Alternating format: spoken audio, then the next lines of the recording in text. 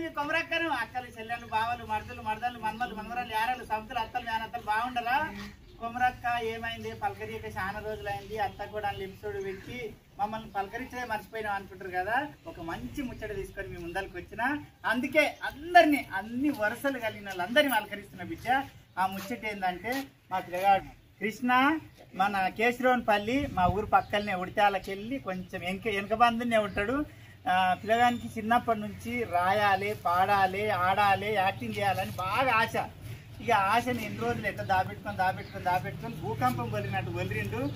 ఆయన మనసులో ఉన్న ఒక బాధని, ప్రేమని, తన నిజ జీవితంలో జరిగిన సన్నివేశాన్ని ఆయన వ్యవసాయమే చేసుకుంటా కళ మీద ప్రేమతో, కళ మీద పిచ్చితో మొత్తం మీద రాసినావు. అక్క మట్టిలో పుట్టిన మాణిక్యం, నిజంగా మట్టిలో పుట్టిన మాణిక్యము.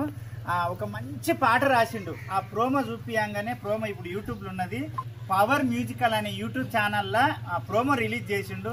నిజంగా బిడ్డ నాకైతే ఏడుపు వచ్చింది ఆ ప్రోమో చూస్తే. అంత బాగా రాసిండు, పదాలు కానీ పలికే విధానం కానీ ప్రతి పదం తన గుండెలకెళ్ళి వచ్చింది.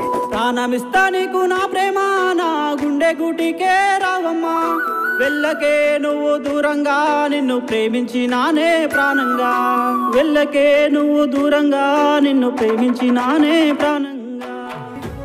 ఇది నిజ జీవితమేనా?